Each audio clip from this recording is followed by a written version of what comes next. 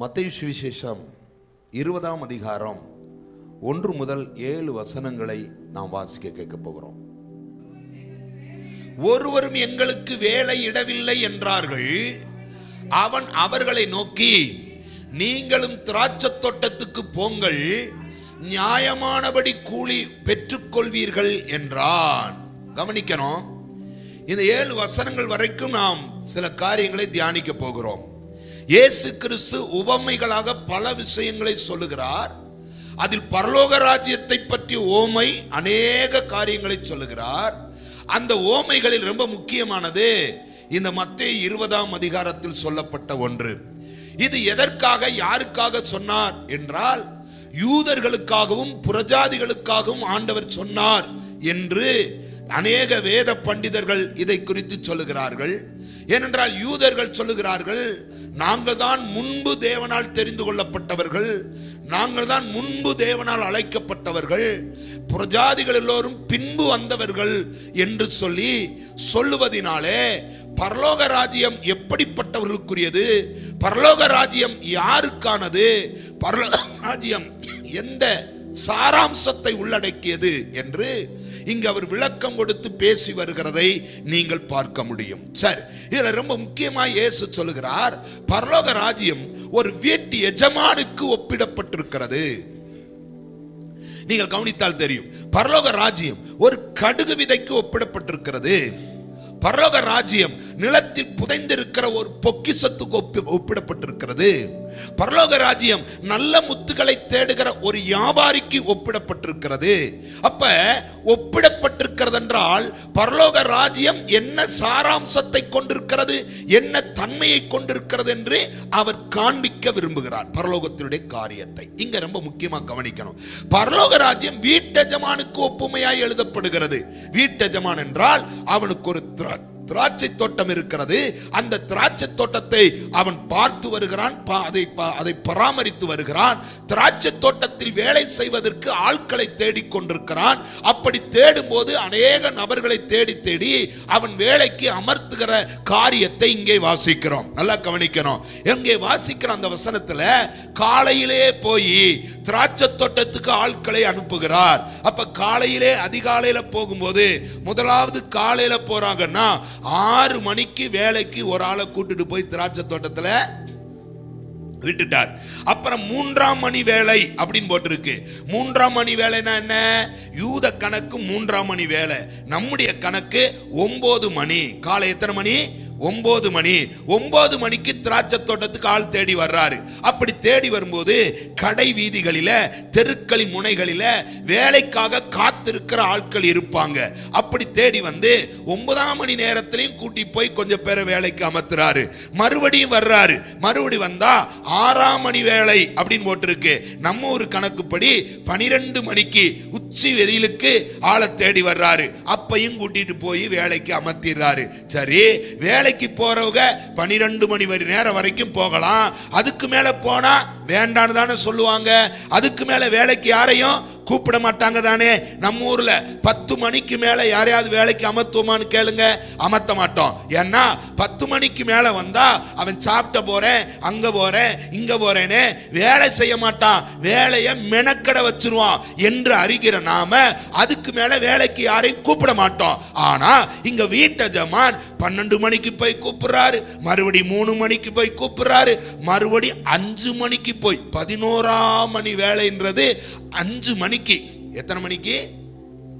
நம்ம ஊர் கணக்குப்படி சாயங்காலம் 5 மணிக்கு போய் கூப்பிடுறாரு. அப்ப கவனிங்க, 6 மணிக்கு ஒரு கூட்டம் போயிருக்கு, அப்புறம் 9 மணிக்கு ஒரு கூட்டம் போயிருக்கு, அப்புறம் 12 மணிக்கு ஒரு கூட்டம் போயிருக்கு, அப்புறம் 3 மணிக்கு ஒரு கூட்டம் போயிருக்கு, அப்புறம் 5 மணிக்கு ஒரு கூட்டம் போயிருக்கு. எல்லாரும் வேலைக்காரர்களா தோட்டத்துல வேலை செஞ்சிட்டு இருக்காங்க. 6ஆம் மணி வேலையில வேலைக்கு அமர்த்தப்பட்டவர்கள் தொடங்கி கடைசியா 5ஆம் மணி நேரத்துல வேலைக்கு அமர்த்தப்பட்டவர் வரைக்கும் எல்லாரும் வேலை செய்யறாங்க. கவனிங்க, எல்லாரும் வேலை செய்யறாங்க. இப்ப வேலை முடிகிற நேரம் வருது. அப்ப காலை 6 மணி தொடங்கி மாலை 6 மணி வரைக்கும் வேலை பார்த்தவ எத்தனை மணி நேரம் வேலை பார்த்திருக்கிறான்? 12 மணி நேரம் வேலை பார்த்திருக்கிறான். 12 மணி நேரம் அந்த வேலை பார்த்தவங்க சொல்றாங்க, கஷ்டமான வேலை, வெயிலின் உஷ்ணம், கடுமையான சூழலுக்கு நடுவுல வேலை பார்த்தோம். Right, okay. ஆனா ரொம்ப ஈஸியான வேலை யாருக்கு? 3 மணிக்கு வந்தவங்களுக்கு, 5 மணிக்கு வந்தவங்களுக்கு ரொம்ப ஈஸி. கடகடன்னு வெயில் தாழ்கிற நேரம், வெயில் இறங்குற நேரம் ஈஸியாகவும் இருக்கும், வேலையும் முடிச்சுட்டு போகலாம். அப்படி வேலை பார்க்குறாங்க.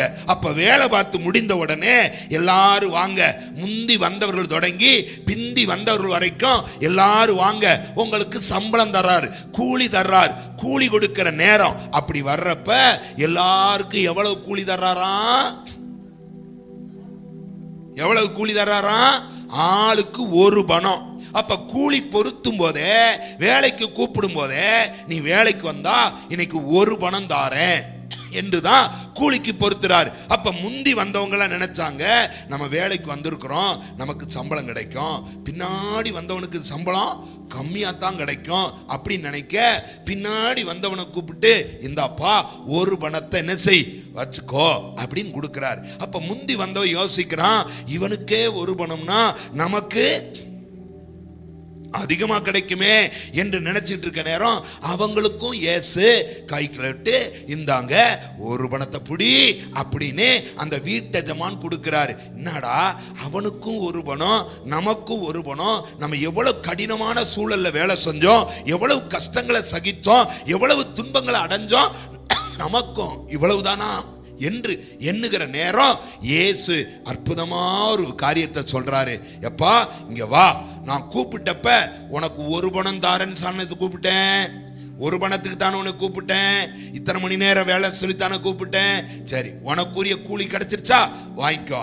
கடைசி 1 மணி நேரம் வந்தவனுக்கும் நீர் எப்படி 1 பணம் தரலான்னு கேள்வி கேட்டப்பதான் இயேசு சொல்றாரு, என்னுடையதை ஏன் இஷ்டப்படி கொடுக்க எனக்கு உரிமை இல்லையா, அதிகாரம் இல்லையா, நான் கொடுக்கிறேன் என்று அங்கு ஒரு தோட்டக்காரனாய், ஒரு வீட்டெஜமானனாய் விளக்கம் கொடுக்கிறத பார்க்கிறோம். இங்க இந்த சம்பவத்தை இப்படியே கவனிங்க, நல்லா கவனிக்கணும். முந்தி வந்தவனுக்கு கூட கொடுத்திருக்கணும்ல, ஆனா பிந்தி வந்தவனுக்கும் முந்தி வந்தவனுக்கும் சரியா கொடுக்கிறாரு, ஒண்ணு போல கொடுக்கிறாரு. இத கொஞ்சம் நீங்க கவனிக்கணும். என்ன இங்க சொல்றாரு ஆண்டவரே, பிந்தி வந்தவனுக்கு 1 மணி நேரம் வேலை பார்த்தவனுக்கு நாம இருந்தா எவ்வளவு கொடுப்போம் அப்படின்னா, 1000 ரூபாய் சம்பளம்னா எவ்வளவு கொடுப்போம்? 200 ரூபாய் கொடுப்போம். எவ்வளவு கொடுப்போம்? நியாயமான ஆள் இன்னும் வேற யாரும் இருக்கீங்களா? எவ்வளவு கொடுப்பீங்க? 300 ரூபாய் கொடுப்போம். அவ்வளவுதானே கொடுப்போம். 1000 ரூபாய் கொடுப்போமா? கொடுக்க மாட்டோம். ஆனா ஆண்டவர் இங்க அழகா அவனுக்கு ஒரே போல கூலியை தர்றார். அப்ப இந்த கூலி கொடுப்பதனுடைய அர்த்தம் என்ன, இந்த கூலி கொடுப்பதுடைய நோக்கம் என்ன? ஆண்டவர் சொல்றாரு, ஒருவனுக்கும் பரலோக ராஜ்யத்தை ஆகிலும், ஒருவனுக்கும் கிருபைகளை ஆகிலும், ஒருவனுக்கும் வரத்தை ஆகிலும், தாளந்துகள் ஆகிலும், ரட்சிப்பை ஆகிலும் தகுதியின் அடிப்படையில் நான் கொடுக்கிறது இல்ல, மாறாக எதின் அடிப்படையில் தருகிறேன்? தேவையின் அடிப்படையில் தருகிறேன், கிருபையின் அடிப்படையில் தருகிறேன் ஆண்டவர் சொல்றார். கையை உயர்த்தி ஆமென் சொல்லுங்களேன். அல்லேலூயா. இப்ப ஒரு வார்த்தை சொல்லணும். ஏன் கடைசி வந்தவனுக்கு 1 பணம் கொடுக்கணும்? 1 மணி நேரம் தானே வேலை பார்த்தான், ஏன் கொடுக்கணும்? ஒரு கேள்வி இருக்கு. அந்த கால வழக்கப்படி இந்த காலத்திலேயே அதுதான். எல்லாரும் கடை தெருவில் போய் நிற்பாங்க, நாங்களுக்கு வேலைக்கு கூப்பிடுவாங்க, யாராவது எங்களை வேலைக்கு கூப்பிடுவாங்க, வேலைக்காக நின்றுகிட்டே இருப்பாங்க. யாராவது கூட்டிட்டு போய் வேலை கொடுத்தா தான் அந்த சம்பளத்தை வாங்கிட்டு போய் தான் வீட்டுக்கு, தான் குடும்ப செலவுக்கு பயன்படுத்துவாங்க. கவனிக்கிறீங்க தானே? அப்படி பயன்படுத்துவாங்க. இப்ப வேலைக்கு ஒருவரும் கூப்பிடல, காலை 6 மணில இருந்து நின்னுகிட்டே இருக்கிறாங்க. அங்க வீட்டெஜமான் கேட்கிறாரு, ஏன்பா நிக்கிறீங்க, ஏன் சும்மா நிக்கிறீங்க, எங்களை யாரும் வேலைக்கு? அப்ப வேலைக்கு வந்தவர்கள், வேலை தேடி வந்தவர்கள், வீட்டை விட்டு புறப்பட்டு கடை தெருவில் நின்று எங்களுக்கு யாராவது வேலை கொடுப்பார் என்று காத்திருந்தவர்கள். அப்ப அவங்க வீட்டுக்கு போகும்போது சும்மா போனா அன்னைக்கு அந்த குடும்பம் பட்டினி, அன்னைக்கு அந்த குடும்பத்தின் தேவை சந்திக்கப்படாது. அப்ப ஆண்டவர் பார்க்கிறாரு, சும்மா ஏன் நிக்கிற, வா கடைசி 1 மணி நேரமாவது வேலை பாரு, உன் வீட்டினுடைய தேவைகளுக்கு நான் என்ன செய்றேன், கொடுத்து அனுப்புறேன். அப்ப ஆண்டவர் சொல்ற ஒரு வார்த்தை பாருங்க, எந்த மனிதனுக்கும் தகுதியின் அடிப்படையில் ஆண்டவர் செய்கிறது இல்லை, ஆண்டவர் தேவையின் அடிப்படையில் செய்கிறவர். கையை உயர்த்தி சொல்லுங்களேன். உங்களுக்கு எனக்கும் என்ன தேவை என்பதை அறிந்து கர்த்தர் செய்கிறார். எத்தனை பேர் அதை விசுவாசிக்கிறீங்க? என்னுடைய தேவை இன்னது, என் தேவை இது, என் தேவை இந்த காரியம். ஆண்டவர் சொல்றாரு, அந்த தேவையை உன் தகுதி பார்த்து கொடுக்கிறவர் அல்ல, உன்னை வேலை பார்த்து கொடுக்கிறவர் அல்ல, உன் தேவையை என்னுடைய கிருபையின் அடிப்படையில் கொடுக்கிற. அல்லேலூயா. அப்ப ஆண்டவருக்கு தான் தெரியும் இவங்க ஏன் இப்படி நிக்கிறாங்க. ஒருவேளை வீட்டுல தேவைக்கு இருந்திருக்குமானால் அவன் சாயங்காலம் வரை அங்க நிக்க வேண்டிய அவசியம் இல்ல, வீட்டுக்கு போயிருப்பான், வேலையை பார்ப்பான். ஏன்னா நாளைக்கு தேவைக்கு நமக்கு இருக்கு. அவன் போகலன்னா அதனுடைய அர்த்தம் என்னன்னா, வீட்டுக்கு பணம் இல்லாமல் போக முடியாது. நம்மளை யாரும் வேலைக்கும் கூப்பிடல. என்ன செய்வோம் என்று வேதனையோடு நிற்கிற ஒரு மனிதனை போல நிற்கிற அவனை பார்த்துதா கடைசி மணி நேரத்தில் வந்து வேலை செய் என்று ஆண்டவர் அழைக்கிறதை பார்க்கிறோம். அப்படின்னா நான் ஒரு வார்த்தை சொல்றேன். 1 சாமுவேல் அந்த 16ஆம் அதிகாரம் 7ஆம் வசனமா அதுல ஒரு வார்த்தை இருக்கு பார்த்தீங்களா? மனிதன் முகத்தை பார்க்கிறான், கர்த்தரோ எதை பார்க்கிறாராம்? இருதயத்தை பார்க்கிறார். எத்தனை பேர் நம்புறீங்க? மனுஷன் முகத்தை பார்க்கிறான், ஆண்டவர் இருதயத்தை பார்க்கிறார். என்ன இருதயத்தை பார்க்கிறார்? இவன் ஏன் காலை தொடங்கி இந்த மாலை வரைக்கும் ஒரே இடத்துல யாராவது கூப்பிடுவார்களா என்று எதிர்பார்த்து நிற்கிறார். ஏனென்றால் அவனுக்கு ஒரு தேவை இருக்கிறது, அவனுக்கு ஒரு எதிர்பார்ப்பு இருக்கிறது. அப்ப பரலோக ராஜ்யம் உங்க தேவைகளை பூர்த்தி செய்கிற ஒரு தேவனுடைய இடம். ஆமென் சொல்லுங்களேன். உங்களுக்கு என்னது தேவை என்கிறதை உங்கள் பரமபிதா அறிந்திருக்கிறார் என்று மத்தேயு சுவிசேஷம் 6ஆம் அதிகாரம் 8வது வசனத்தில் வாசிக்கிறோம். பாருங்களேன், மத்தேயு சுவிசேஷம் 6ஆம் அதிகாரம் 8வது வசனம் என்ன போட்டிருக்கு? அஞ்ஞானிகளைப் போல நீங்களும் செய்யாதிருங்கள், நீங்கள் வேண்டிக் கொள்வதற்கு முன்னமே உங்களுக்கு இன்னது தேவை என்று எவர் அறிந்திருக்கிறார்? எத்தனை பேர் விசுவாசிக்கிறீங்க? கையை உயர்த்தி சொல்ல முடியுமா? என் தேவை என்ன என்பது அவருக்கு தெரியும். ஆமென். என் தேவை என்ன என்பது அவருக்கு தெரியும். என் தேவை கிருபையா, என் தேவை ரட்சிப்பா, என் தேவை விடுதலையா, என் தேவை பாதுகாப்பா, என் தேவை ஆறுதலா, என் தேவை தேவனுடைய பிரசன்னமா, என் தேவை தேவனுடைய வருகையா, என் தேவை இயேசு கிறிஸ்து கொடுக்கிற பூரண ரட்சிப்பா? எதை எதிர்பார்த்திருக்கிறோம்? என் தேவை இக்காலத்தில் வாழ்வதற்கு வேண்டிய, வாழ்க்கைக்கு வேண்டிய வாழ்வின் ஆதாரமா? அதை எல்லாம் கர்த்தர் அறிந்ததுனாலதான் 11ஆம் மணி நேரத்திலையும் சும்மா நிக்கிறவனை கூப்பிட்டு, வாப்பா உனக்கு ஒருத்தர் வேலை தரலாம் பரவாயில்ல, நான் வேலை தாரேன், வேலை தந்துட்டு 12 மணிக்குரிய வேலைக்குரிய சம்பளத்தையும் உனக்கு தர்றேன்னு சொல்லுவார்னா அவன் இருதயத்தை ஆண்டவர் பார்த்தார் தானே சொல்லணும்.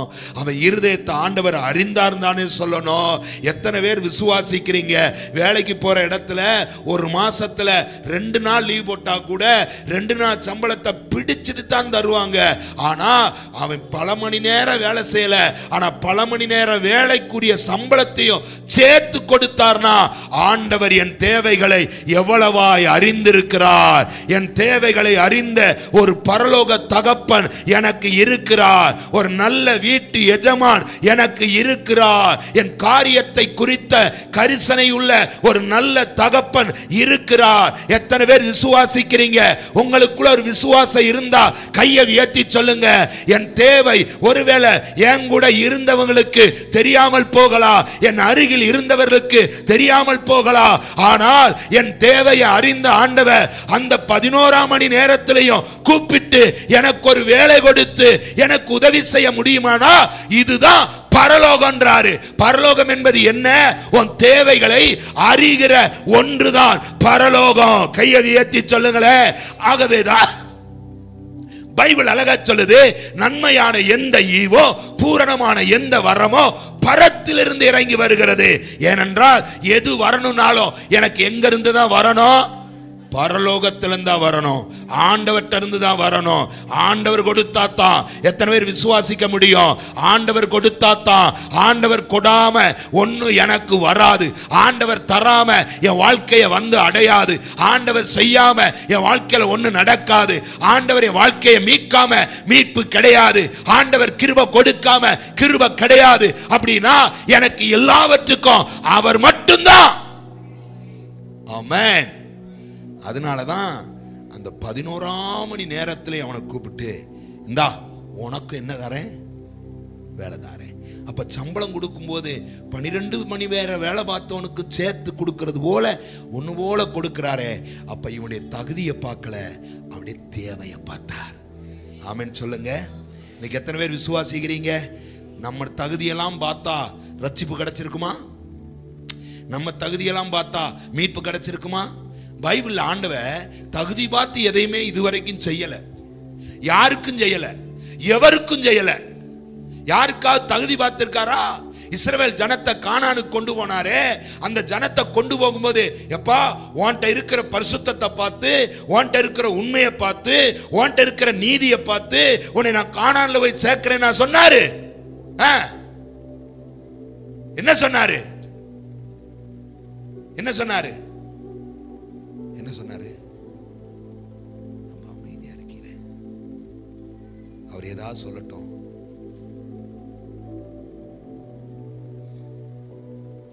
எதை பார்த்து கொண்டு வந்தாரு? உபாகமத்தில் மோசே சொல்லும்போது சொல்றாரு, உன் உண்மையை கண்டு ஆண்டவர் கொண்டு போல உன் மேல வச்சிருக்க கிருபையினாலதான் கொண்டு போறாரு. உன் மிற்பிதாக்கள்கிட்ட வாக்கு பண்ணிட்டேன். அந்த வாக்கு தத்தத்தை எந்த நிலையானாலும் மாற்றக்கூடாது. நீ முறுமுறுக்கிறவன் தான், நீ வணங்கா கழுத்தவன் தான், 10 முறை சோதித்தவன் தான், எனக்கு விரோதமா நடந்தவன் தான், உன்னை வனாந்தரத்தில் கொள்ள வேண்டிய ஆளுதான். ஆனாலும் உன்னை கொண்டு போறேன்னா தகுதியின் அடிப்படையில் இல்ல, உன் மேல நான் வச்ச கிருபையின் அடிப்படையில். கையை வியத்தி ஆமென் சொல்லுங்களேன்.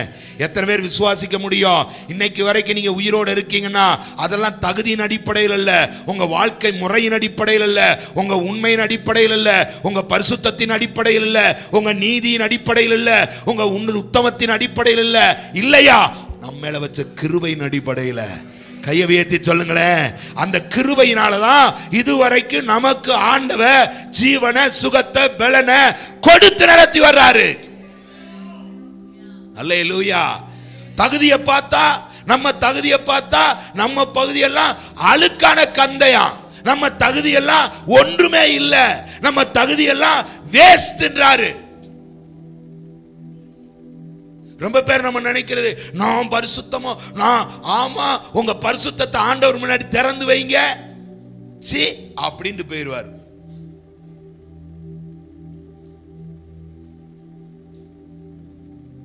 நம்ம பக்கத்துல இருக்க ஆள்கள்ட்ட வேணா என்ன போல வருமான்னு சொல்லிக்கலாம், அப்படிதானே? என்ன போல வருமா, நான் யார் தெரியுமா அப்படி வேணா நம்ம சொல்லிக்கலாம். ஆனா ஆண்டவருக்கு முன்னாடி மனுஷ முகத்தை பார்க்கிறான், கர்த்தரோ இருதயத்தை பார்க்கிறாரு. பிரதர் சிஸ்டர், இங்க இருக்கிற உங்கள சிலரை பார்த்து ஆண்டவர் சொல்றாரு, மனுஷ முகத்தை பார்த்து தகுதியின் அடிப்படையில் உனக்கு சில காரியத்தை செய்ய மறுக்கலாம். ஆனா ஆண்டவர் எந்த தகுதியும் உன்கிட்ட பார்க்கல, கிருபையின் அடிப்படையில் உன்னை தேடி வந்தாரு. அதனால தானே எபேசியர் 2ஆம் அதிகாரம் 8ஆம் வசனம் சொல்லுது. என்ன சொல்லுது? வாசிங்க பார்க்கலாம். எபேசியர் 2ஆம் அதிகாரம் 8ஆம் வசனம், கிருபையினாலே விசுவாசத்தை கொண்டு ரட்சிக்கப்பட்டீர்களே. இது யாரால உண்டாகல? யாரால உண்டாகல? உங்களால என்ன அர்த்தம்? உங்களால என்ன அர்த்தம்? ஆண்டவரே நான் ரட்சிக்கப்படுறதுக்கு இதெல்லாம் என்கிட்ட இருந்துச்சு, இதெல்லாம் இருந்துச்சு அப்படின்னு ஏதாவது ஒண்ணு இருந்துச்சா? இல்ல. அதத்தான் அருமையா பவுல் சொல்றாரு, நாம் நீதிமான்களாய் இருக்கையில் அவர் நம்மை தேடி வரல, நாம் நீதிமான்களாய் இருக்கையில் நமக்காக மரிக்கல, நாம் பாவிகளாய் இருக்கையில் நமக்காக மரித்தார். அல்லேலூயா. அப்ப தகுதியின் அடிப்படையில் ஒன்றையும் ஆண்டவர் செய்யறது இல்ல. இன்னைக்கு திரும்ப சொல்றாரு, உன் தேவையின் அடிப்படையில் நான் சில காரியத்தை செய்யறேன். கொஞ்சம் கவனிச்சு பாத்தீங்கன்னா, இளையகுமாரன் லூக்கா 15ஆம் அதிகாரத்துல இளையகுமாரனுக்கு தகுதியின் அடிப்படையில் ஏதாவது ஆண்டவர் செஞ்சாரான்னு கேளுங்க. தகுதியின் அடிப்படையில் ஏதாவது கொடுத்தாரான்னு கேளுங்க. தகப்பன் சொத்தெல்லாம் வாங்கிட்டு போய் அழிச்சிட்டான், திரும்பி வர்றான். திரும்பி வர்ற அவனுக்கு நம்மளா இருந்தா என்ன சொல்லுவோம் தெரியுமா?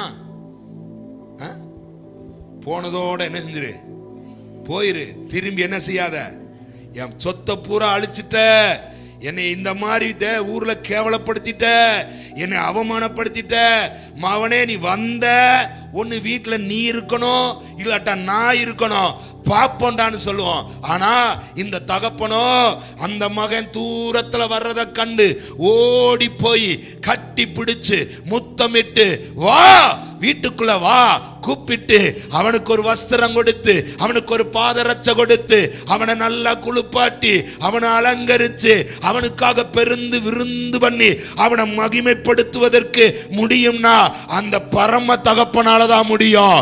எத்தனை பேர் ஆமென் சொல்ல முடியும்? அந்த பரம தகப்பனாலதான் முடியும். எத்தனையோ முறை தகுதியே இல்லாதன்னு எண்ணப்பட்ட இளைய குமாரர்களை போல நம்ம வாழ்ந்தோம்ல. அநேக முறை தேவன் கொடுத்தவைகளை அழிச்சோம்ல, தேவன் கொடுத்த கிருபைகளை விட்டோம் இல்ல, தேவன் கொடுத்த வல்லமைய பறிகொடுத்தோம் இல்ல. தேவனுக்கும் நமக்கும் சம்பந்தம் இல்ல, தகப்பன் வீட்டுக்கு எனக்கும் சம்பந்தம் இல்ல, வாழ்ந்தோம்ல.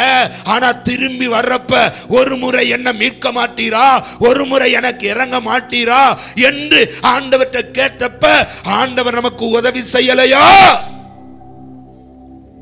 தகுதியின் அடிப்படையில் அல்ல, திரும்ப சொல்லுங்க, கிருபையின் அடிப்படை. கையை உயர்த்தி ஆமென் சொல்லுங்க. பவுலுக்கு எல்லாரையும் விட அதிக கிருபை கொடுத்தாராம். ஏன்?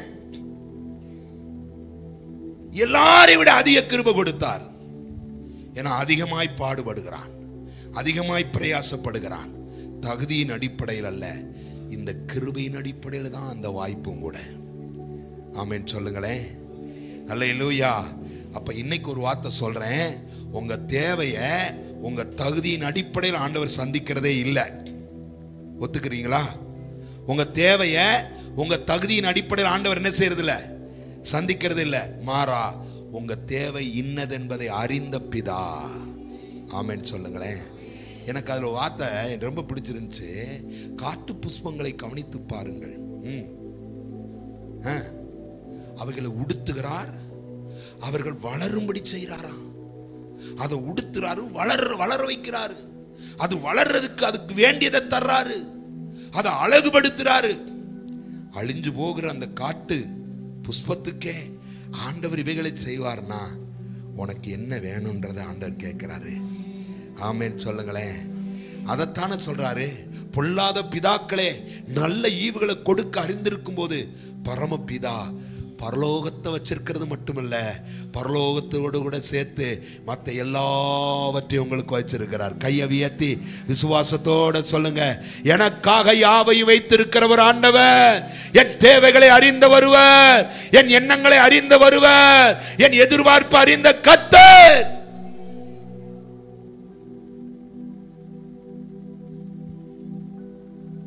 அப்போஸ்தலர் 28ஆம் அதிகாரம் 10வது வசனத்தில் ஒரு வார்த்தை வாசிக்கிறோம். என்ன வார்த்தை? பவுலும் அவனோடு சேர்ந்து 276 பேரும் கப்பல்ல போறாங்க. அநேக மரியாதை செய்து கப்பல் ஏறி போகிற போது எங்களுக்கு தேவையானதை ஏற்றினார். கவனிங்க, கப்பல் பயணித்து பயணித்து எல்லா பொருளையும் தூக்கி எங்க போட்டாச்சு? கடலுக்குள்ள போயாட்டு. இப்ப கப்பல்ல சாப்பாட்டுக்கோ எதுக்கோ எந்த பொருளும் இல்லை. இப்ப இவங்க தேவைகளை யார் கொடுப்பா? இன்னும் பயணம் இருக்கு, இன்னும் போக வேண்டிய தூரம் இருக்கு. அப்ப அந்த போக வேண்டிய தூரத்துக்கு யார் கொடுப்பா? அவங்களுக்கு தெரியாது. அது யாரோ, எந்த தீவாரோ, அந்த தீவாரை குறித்து எனக்கு யாரையுமே என்னன்னே தெரியாது. ஆனா அந்த தீவார் என் தேவைகளுக்கு என்னெல்லாம் வேணுமோ அதையெல்லாம் என் கப்பல்ல ஏத்தினாங்க, எங்க கப்பல்ல ஏத்தினாங்க. சொல்ல முடியுமா? அன்னைக்கு அலையில இந்த மாசம் எல்லாருக்குமே தேவை இருக்கு. எத்தனை பேர் தேவை இருக்கு? ரொம்ப பேர் கேட்டா ஒண்ணுமே எல்லாம் ஒண்ணும் இல்லை. காசு இருக்கிறவங்களுக்கு ஒரு தேவையும் இல்லை, ஏன்னா எல்லாமே நடக்கும். காசு இல்லாதவங்களுக்கு தேவையை குறிச்ச கவலை இருக்கும். யார் கொடுப்பா? எங்கிருந்து வரும்? நம்ம நம்பிக்கை, நம்ம எதிர்பார்ப்பு பரத்திலிருந்து வரணும். ஆமென் சொல்லுங்க. எங்கிருந்து வரணும்? பரத்திலிருந்து வரணும். எத்தனை பேர் எதிர்பார்த்து இருக்கிறீங்க? பரத்திலிருந்து எனக்கு இந்த மாதம் சந்திக்கப்படும், என் தேவை சந்திக்கப்படும், என் விண்ணப்பம் கேட்டுக்கொள்ளப்படும், எதிர்பார்ப்பு நிறைவேறும், என் கப்பலை ஆண்டவர் தேவையான எல்லாவற்றையும் கொண்டு நிரப்ப போகிறார். அல்லேலூயா. எம்டியா இருக்கிற கப்பலை யாரை கொண்டோ நிரப்ப போகிறார். என் கப்பல் தொடர்ந்து வெறுமையாய் பயணிப்பது இல்லை. அப்ப தகுதியின் அடிப்படையில் செய்கிறவர் அல்ல, கிருபையின் அடிப்படையில் செய்கிறார். ஏன்? தேவையின் அடிப்படையில் செய்கிறார். அப்படின்னா இந்த வீட்டு எஜமான் எப்படிப்பட்டவர் அப்படின்னு ஒரு சில காரியம் நம்ம கவனிக்கலாமா? இந்த வீட்டு எஜமான் எப்படிப்பட்டவர்? 9வது வசனம். அப்பொழுது 11ஆம் மணி வேளையிலே வேலை அமர்த்தப்பட்டவர்கள் வந்து ஆளுக்கு ஒவ்வொரு பணம் வாங்கினார்கள். கவனிங்க, இந்த வார்த்தையை கவனிங்க. எத்தனாம் மணி வேளையில? 11ஆம் மணி வேளையில வந்து வேலை அமர்த்தப்பட்டவர்கள் ஆளுக்கு ஒவ்வொரு பணம். அப்ப இவர் யார் தெரியுமா? சொல்லுங்களேன். படி அளக்கிற எஜமான். கையை உயர்த்தி சொல்லுங்களேன். 11ஆம் மணி நேரத்தில் வந்தவனுக்கு ஒரு பணமா? அப்ப அவர் யாரா? படி அளக்கிறார். எத்தனை பேர் விசுவாசிக்கிறீங்க? எனக்கு இந்த மாதம் படி அளக்கிறவர், எனக்கு என் குடும்பத்துக்கு படி அளக்கிறவர், என் ஆவிக்குரிய வாழ்க்கைக்கு கிருபைகளை வரங்களை அளந்து கொடுக்கிறவர், நான் வளரும்படி எனக்கு உதவி செய்கிறவர், நான் மீட்படையும்படி எனக்கு உதவி செய்கிறவர், நான் தப்பும்படி எனக்கு உதவி செய்கிறவர். அப்படின்னா நம்ம ஆண்டவர் தான் எல்லோருக்குமே என்ன அளக்கிறாரு? சொல்லுங்க, என்ன அளக்கிறாரு? இன்னைக்கு காலையில சங்கீதம் வாசித்தோம். என்ன வாசித்தோம்? சாலையில சங்கீத வாசித்தோம். என்ன வாசித்தோம்? திமிங்கலங்கள் எல்லாம் ஆன்னு என்ன செய்தான்? வாய திறந்துகிட்டு இருக்கான். அவர் அவைகளுக்கு என்ன செய்யறாராம்? ஆகாரம் கொடுக்கிறார். எப்படி கொடுப்பாருன்னு கொஞ்சம் கவனிச்சு பாருங்க. அது ஆணு திறந்து, திமிங்கலம் திறந்து வாயை திறந்துருக்க பார்த்துருக்கீங்களா? நானும் போய் நேரம் பார்த்தது இல்லை, நானும் ஏதாவது டிவியில பார்த்துக்கிறதா. அப்ப போய் என்ன பார்க்குறோம்? திறந்துட்டு வாயை அப்படியே நல்லா திறந்து கிட. ஒரு முறை வாய்க்குள்ள போனா 350 லிட்டர் 500 லிட்டர் கூட தண்ணி பொத பொத பொதன்னு போகும் போல. அது ஏன் திறந்துருக்குன்னா, எல்லா சின்ன பெரிய குட்டி மீனெல்லாம் என்ன செய்யும்? அந்த வாய்க்குள்ள வந்து என்னமோ திறந்து வெள்ளையா தெரியுதே அப்படின்னு உட்காரும். பார்த்தீங்களா? கப்புன்னு மூடிக்கிறது வாயை. அப்படி மூடும் போதே எல்லா மீனும் என்ன செஞ்சிடும்? உள்ள போயிடும். ஒரு நாள் உணவு திமிங்கலத்துக்கு ஒரு நாள் உணவு 3500 கிலோ வேணுமா? எத்தனை கிலோ?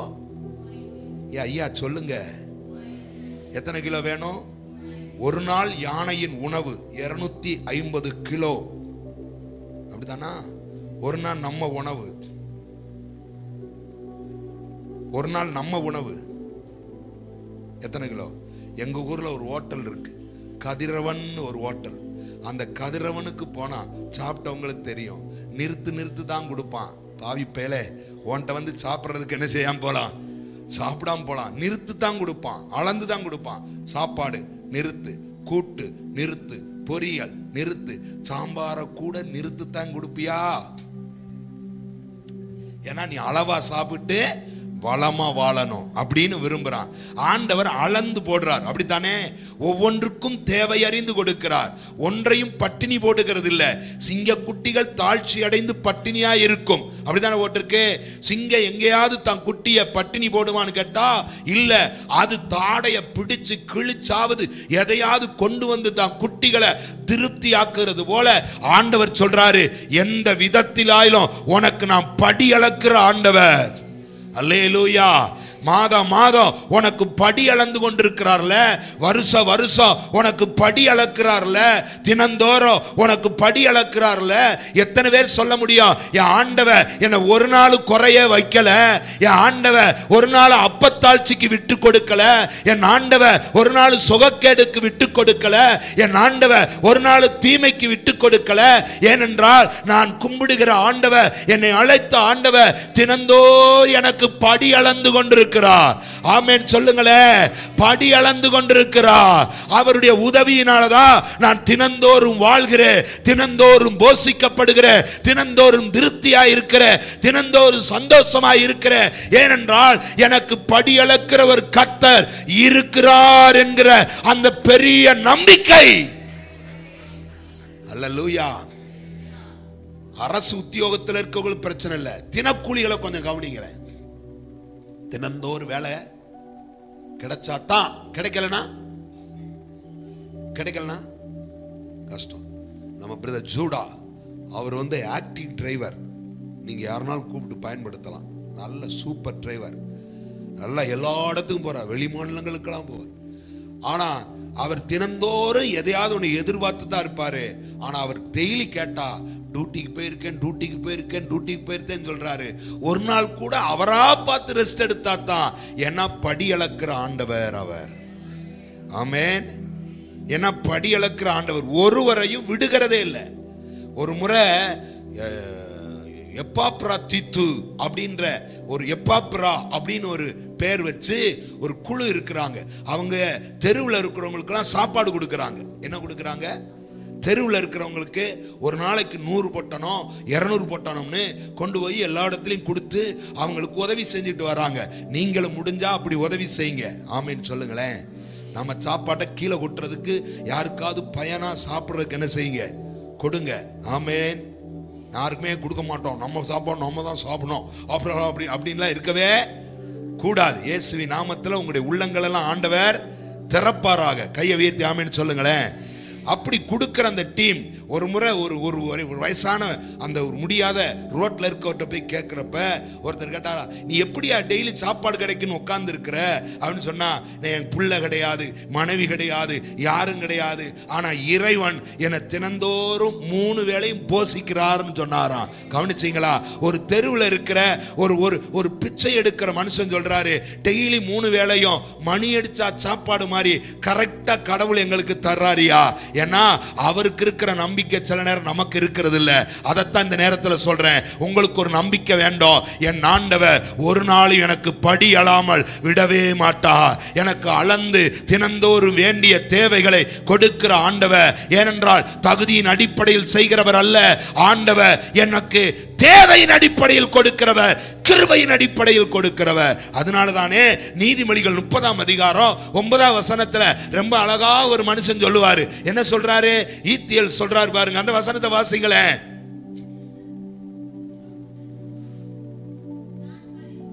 நான் பரிபூர்ணம் அடைகிறதினால் மறுதலித்து கர்த்தர் யார் என்று சொல்லாதபடிக்கும், தரித்திரப்படுகிறதினால் திருடி என் தேவனுடைய நாமத்தை வீணிலே வழங்காதபடிக்கும், என் படியை எனக்கு அளந்து என்னை போஷித்தருளும்.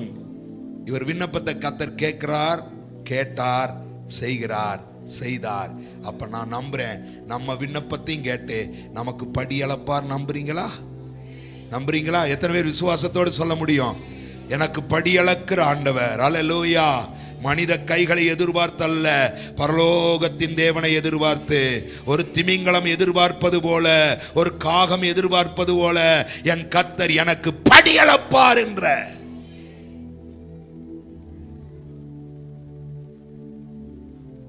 கூடையை நிரப்பி, வாழ்க்கையை நிரப்பி உன்னை சம்பூர்ணத்தினால் நிறைவாக்குகிற ஆண்டவர். இரண்டாவது வரி யாரு? படியளக்கிற ஆண்டவர் மட்டுமா?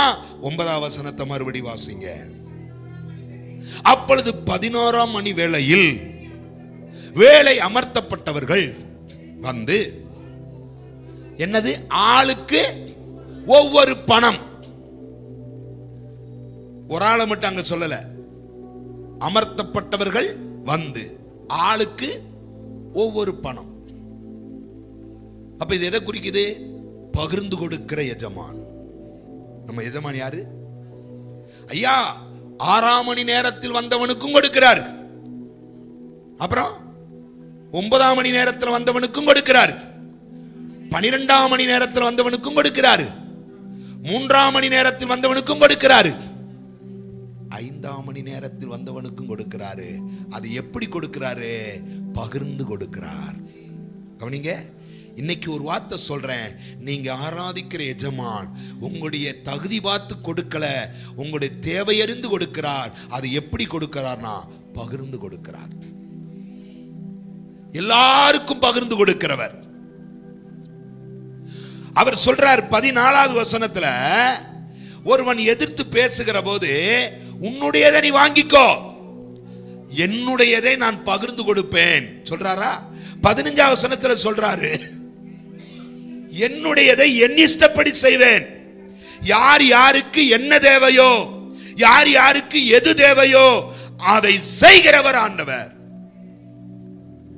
இன்னைக்கு உங்களுக்கு என்ன தேவை? சரீர சுகமா? உங்களுக்கு என்ன தேவை? ஆத்தும ரட்சிப்பா? உங்களுக்கு என்ன தேவை? உங்க பிள்ளையினுடைய விடுதலையா? என்ன தேவை? பாவ மன்னிப்பா? என்ன தேவை? பரிசுத்த வாழ்வா? என்ன தேவை? அதையெல்லாம் கர்த்தர் பகிர்ந்து கொடுக்கிறார். கையை வைத்து சொல்லுங்க, அவரெல்லாம் என்ன செய்யறாரா? எத்தனை பேர் விசுவாசிக்கிறீங்க? அவர் எனக்கு பகிர்ந்து கொடுக்கிறார். சர்ச்சில் இருக்க எல்லார்ட்டையும் ஒரு வார்த்தை கேட்டா, ஏம்மா நீங்க எப்படி இருக்கீங்க, நீங்க எப்படி நீங்க எப்படி எல்லாரும் கேட்டா எல்லாரும் சொல்லுவாங்க, கர்த்தருடைய கிருபையால். யாராவது கேட்டா எப்படின்னு சொல்ல, நல்லா இருக்கீங்களா கேட்டா, எனக்கு என்ன குறை, நான் சூப்பரா இருக்கேன் அப்படின்னு சொல்லுவோம். அப்படிதான் சொல்லுவோம். அப்படி சொல்லாம இனி அடுத்த முறை யாராவது கேட்டா எப்படி சொல்லணும்? ஆண்டவருடைய கிருபையால் நல்லா இருக்கேன். ஆமென். அப்ப கேட்டோம்னா எல்லாரும் சொல்லுவாங்க, என்ன சொல்லுவாங்க? ஆண்டவர் எனக்கு செய்தார், ஆண்டவர் எனக்கு செய்தார், ஆண்டவர் எனக்கு செய்தார். ஞாயிற்றுக்கிழமை ஒரு நாள் கூடுறோம், அப்புறம் போயிடுறோம். ஆனா நம்ம எல்லாருக்கும் பகிர்ந்து கொடுக்கிறாரா? கொடுக்கிறாரா? எனக்கு கொடுக்கிறாரா? உங்களுக்கு கொடுக்கிறாரா? அவங்களுக்கு கொடுக்கிறாரா? நாம் எல்லாரும் 6ஆம் மணி நேரத்தில் ஒருத்தர் வந்திருக்கலாம், 9ஆம் மணி நேரத்தில் வந்திருக்கலாம், 12ஆம் மணி நேரத்தில் வந்திருக்கலாம், 3ஆம் மணி நேரத்தில் வந்திருக்கலாம். ஏன் போன வாரம் கூட சர்ச்சுக்கு வந்த மக்களா இருக்கலாம், 5ஆம் மணி நேரத்தில் வந்தவங்களா கூட இருக்கலாம். ஆனா யாருக்கும் பகிர்ந்து கொடுக்காமல் இருக்கிறவர் அல்ல, எல்லோருக்கும் தன்னுடைய கூடையை திறந்து பகிர்ந்து கொடுக்கிற ஆண்டவர். அல்லேலூயா. அல்லாஹ் கவனிங்க, பைபிள் அப்படித்தான் சொல்லுது. 5000 புருஷர்கள், அப்ப புருஷருக்கு மட்டும்தான் அப்பம் கொடுத்தாரா? அப்படின்னா இல்ல, அங்க இருந்த சிறியோர் பெரியோர் எல்லோருக்கும் கொடுத்தார். ஏனென்றால் அவர் பகிர்ந்தளிக்கிற ஆண்டவர், அவர் பகிர்வதிலே தாராளம் கொண்டவர். அதைத்தான் ஆண்டவர் சொல்றாரு, எப்பா நான் கொடுக்கிற ஆண்டவர், நான் கொடுக்கிறவ, என்ன கொடுக்கிறத நீ தடுக்க.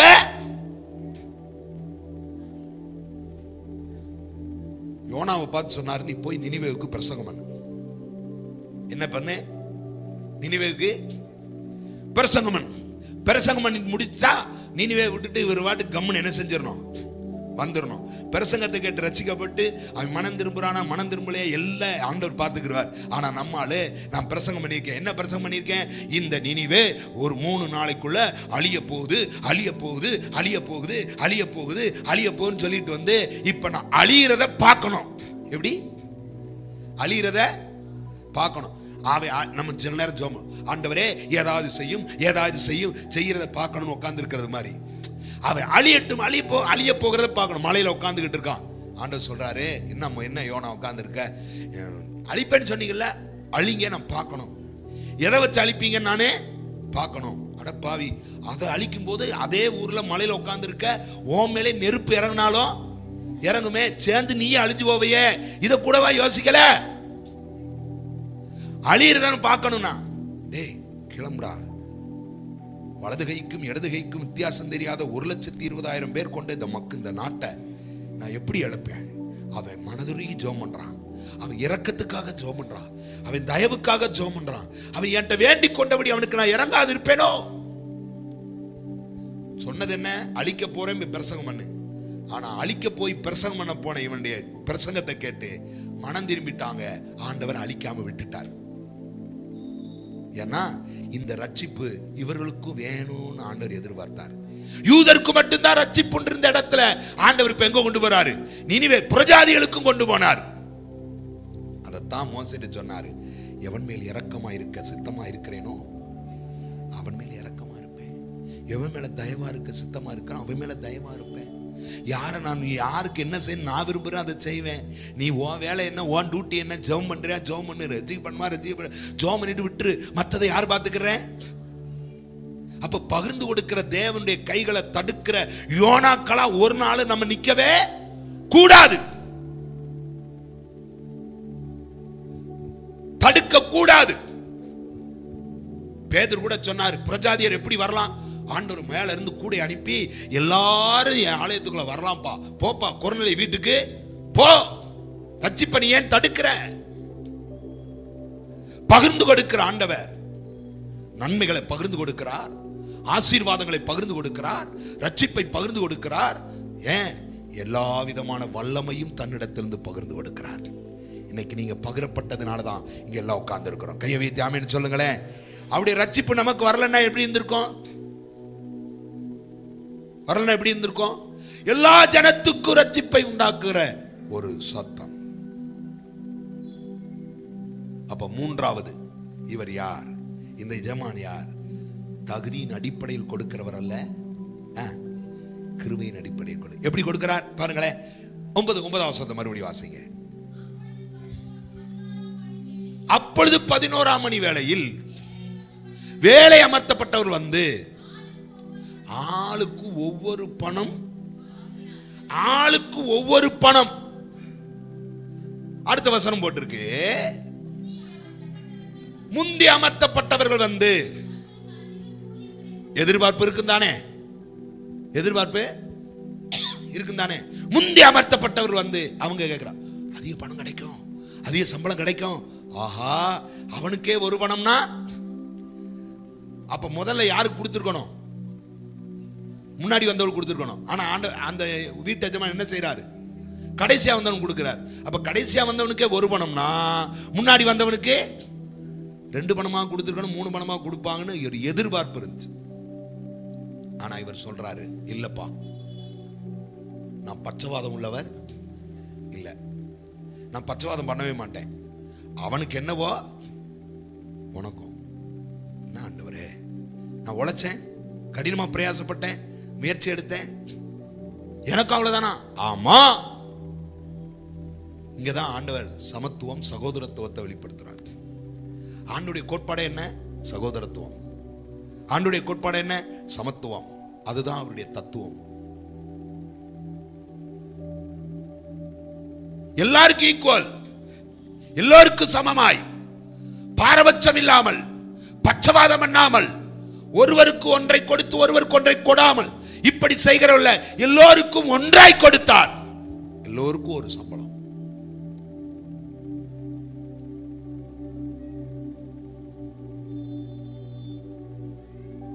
இந்த இதை படிச்சுதான் மத்தேயில இருக்கிற 5ஆம் அதிகாரம் 6ஆம் அதிகாரம் இதெல்லாம் படிச்சுதான் கம்யூனிசமே உருவானதா சொல்றாங்க.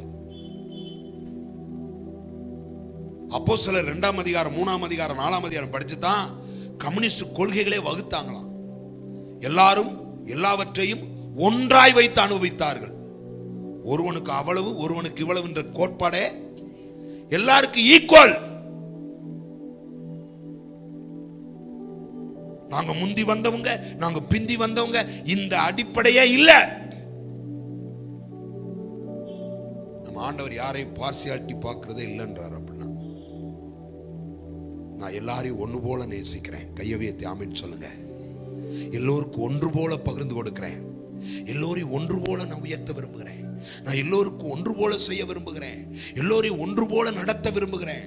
எல்லோரையும் ஒன்று போல காப்பாற்ற விரும்புகிறேன். எல்லோரையும் ஒன்று போல ஆதரிக்க விரும்புகிறேன். அதனாலதான் மத்தேயு 5:45 வாசிக்கிறோம், நல்லோர் மேலும் தீயோர் மேலும்.